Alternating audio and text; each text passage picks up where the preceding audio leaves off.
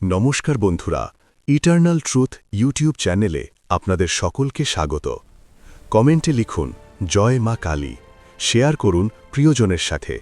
চ্যানেলটিতে যদি নতুন হয়ে থাকেন সাবস্ক্রাইব করুন আরও নতুন নতুন গল্পের জন্য। আজকের আধ্যাত্মিক কাহিনী। আজ আমরা জানব রানী রাসমণি ও মা কালী সত্যিই কি মৃত্যুর সংকেত দিয়েছিলেন দেবী? বাংলার ইতিহাসে এক অবিস্মরণীয় নাম রানী রাসমণি।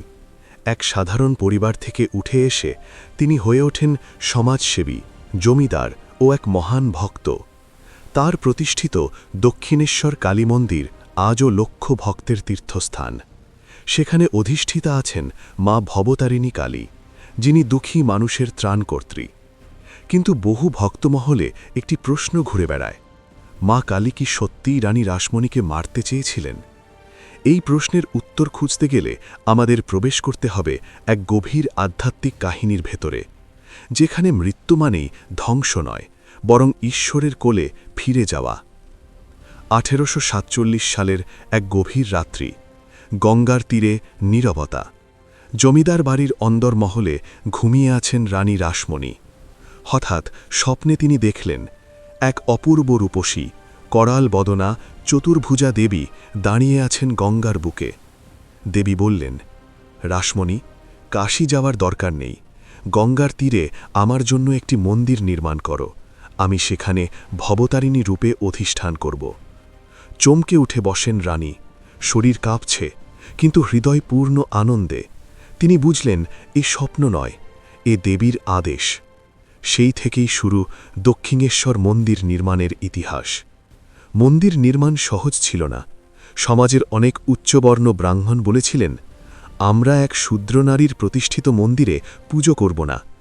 কিন্তু রানী রাসমণি থামেননি। তিনি বিশ্বাস করতেন, যে মাকে আমি দেখেছি তিনি জাতপাত মানেন না। অবশেষে বহু বাধা অতিক্রম করে 1855 সালে প্রতিষ্ঠিত হয় দক্ষিণেশ্বর কালী মন্দির। সেখানে পূজারী হিসেবে আসেন গদাধর চট্টোপাধ্যায়, যিনি পরে পরিচিত হন শ্রীরামকৃষ্ণ নামে। মা ভবতারিণীর প্রতি রানীর ভক্তি ছিল নিঃস্বার্থ। তিনি প্রতিদিন প্রণাম করতেন, অন্নভোগ দিতেন, গরিবদের দান করতেন। কিন্তু ঈশ্বর ভক্তকে পরীক্ষা করেন। একদিন মন্দিরের নবরত্ন চূড়ায় বজ্রপাত হল। সবাই ভয় পেল, মা রাগ করেছেন। কিছুদিন পর রানী অসুস্থ হয়ে পড়লেন। শরীরে ব্যথা, জ্বর, দুর্বলতা। লোকমুখে ছড়িয়ে পড়ল, মা কালী রাগ করেছেন, তাই রানীকে শাস্তি দিচ্ছেন। কিন্তু সত্যিই কি তাই? রোগ শয্যায় শায়িত রানী এক রাতে আবার স্বপ্ন দেখলেন।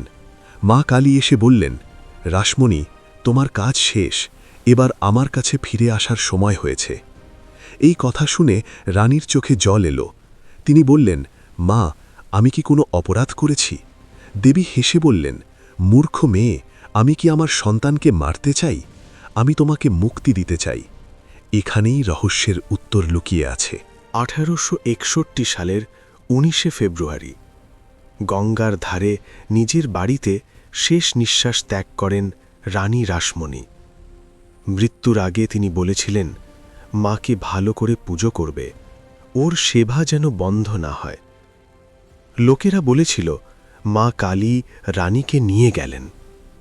কিন্তু ভক্তদের কাছে এটি ছিল দেবীর কোলে ফিরে যাওয়া।